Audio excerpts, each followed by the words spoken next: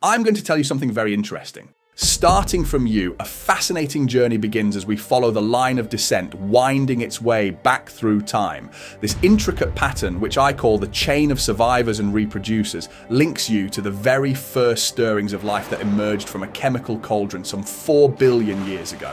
Imagine this, not just your immediate ancestors, nor your grandparents, nor even the Homo sapiens who walked as modern beings. Think of the countless generations, human and otherwise, that make up your lineage. Generations that not only survived but thrived, living long enough to reproduce and give birth to new life. The sheer scope of this saga can be dizzying, an intricate web of success stories spanning billions of years, yet a multitude of these chains have been severed throughout the ages. These countless missed opportunities, individuals who could have embodied these lineages, are absent from our present reality. Consider also the fragile nature of this continuum.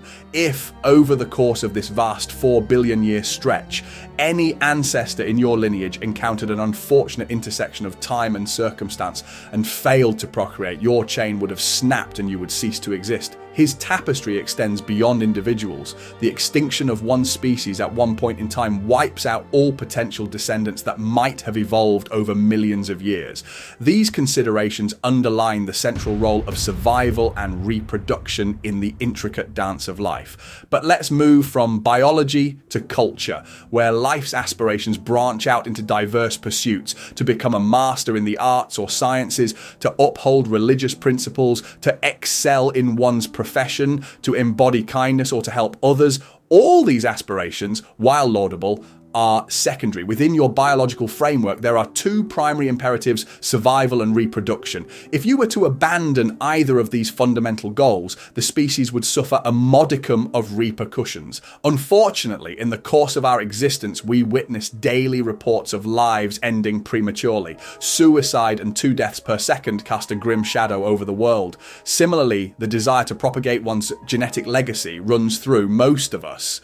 In moderation, however, this tendency poses no threat to our species. However, as biological entities, integral members of a species, the abandonment of these two goals would precipitate the rapid disappearance of Homo sapiens. On the other hand, unfulfilled cultural aspirations may make existence dull or empty, but they wouldn't endanger our species to the same extent. Therefore, whatever personal goals you set, the underlying biological imperatives of survival and reproduction must take precedence. So subsequent choices are secondary, bound by a thread that has held unbroken for an astonishing 4 billion years. Imagine a scenario where reproduction becomes impossible due to unforeseen circumstances. The ripple wouldn't just affect you. In the absence of siblings, you'd be disrupting a lineage intended to continue for another 4 billion years.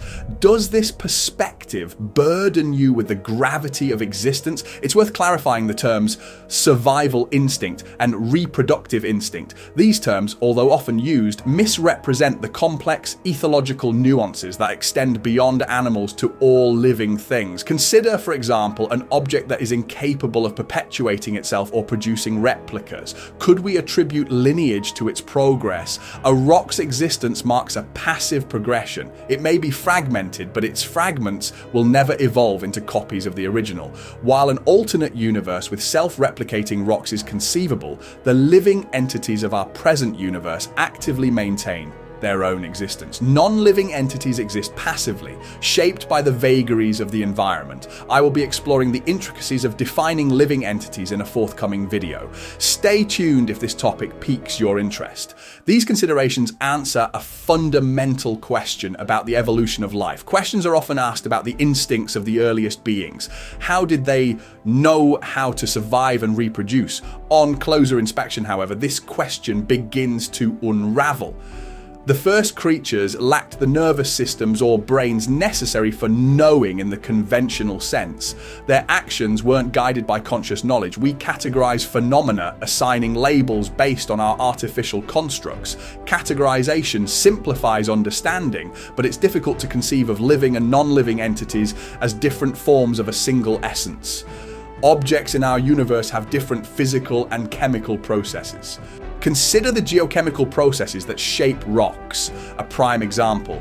These processes facilitate the formation of life. These distinctions between life and non-life, though powerful, aren't intrinsically linked to being alive or not. Instead, inherent properties dictate the classification. When we observe the steps in the transformation of rock, a journey from magma beneath the Earth's core to its disintegration, we label it lifeless because of the passivity of the process. Now, consider a rock imbued with the ability to replicate and respond to its environment. A rock that is constantly changing in response to environmental triggers. Such a rock would blur the line between life and non-life. However, the majority of objects in our universe lead passive existences similar to rocks, justifying their classification as inanimate.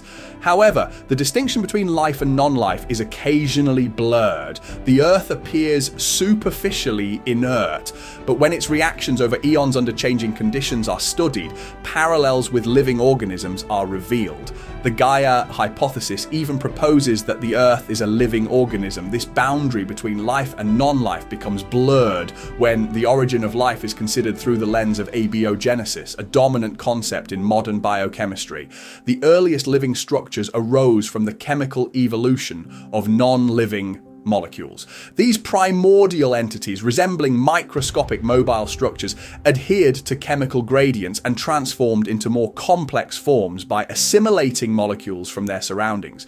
This fundamental process catalyzed biological evolution, a progression from replication through division to differentiation and amplification of copies tailored to their environment. In essence, living things encapsulate entities that sustain their own existence while producing replicas. This intrinsic ability is a defining characteristic of life. Evolution may remove essential features, the limbs of a snake or the eyes of a horsefish, but the loss of the drive to survive and reproduce spells the end of a lineage. A being without this survival drive couldn't continue its lineage, so living beings aren't consciously programmed to survive and reproduce. This directive, inherited from our earliest ancestors, runs through all living beings, past, present, and even those lost in time. This narrative of self-preservation runs through myriad levels of biology. Consider multicellular organisms, entities that strive to maintain not only the collective whole, but also the individual cells that make them up. When the biochemical processes that govern an organism falter, certain cells trigger uncontrolled proliferation, a phenomenon called cancer. This event amounts to cells asserting their independence, their struggle for survival overpowering the needs of the larger system. This tenacity also permeates social groups. Much of our species' strife stems from perceiving other groups as a threat to our existence. In modern times, however, there are fewer external threats capable of wiping us out entirely, yet this primal fear leads to missteps. Overconsumption, resource exploitation, oppression, all emerge as attempts to alleviate our deepest fears. Social constructs often facilitate these actions, allowing exploitation to masquerade as biological urges. But is this inevitable? Perhaps not. Our civilization has the potential to transcend these primal struggles. This drive for self-preservation runs through the nervous systems of species, from the simplest organism to the most complex.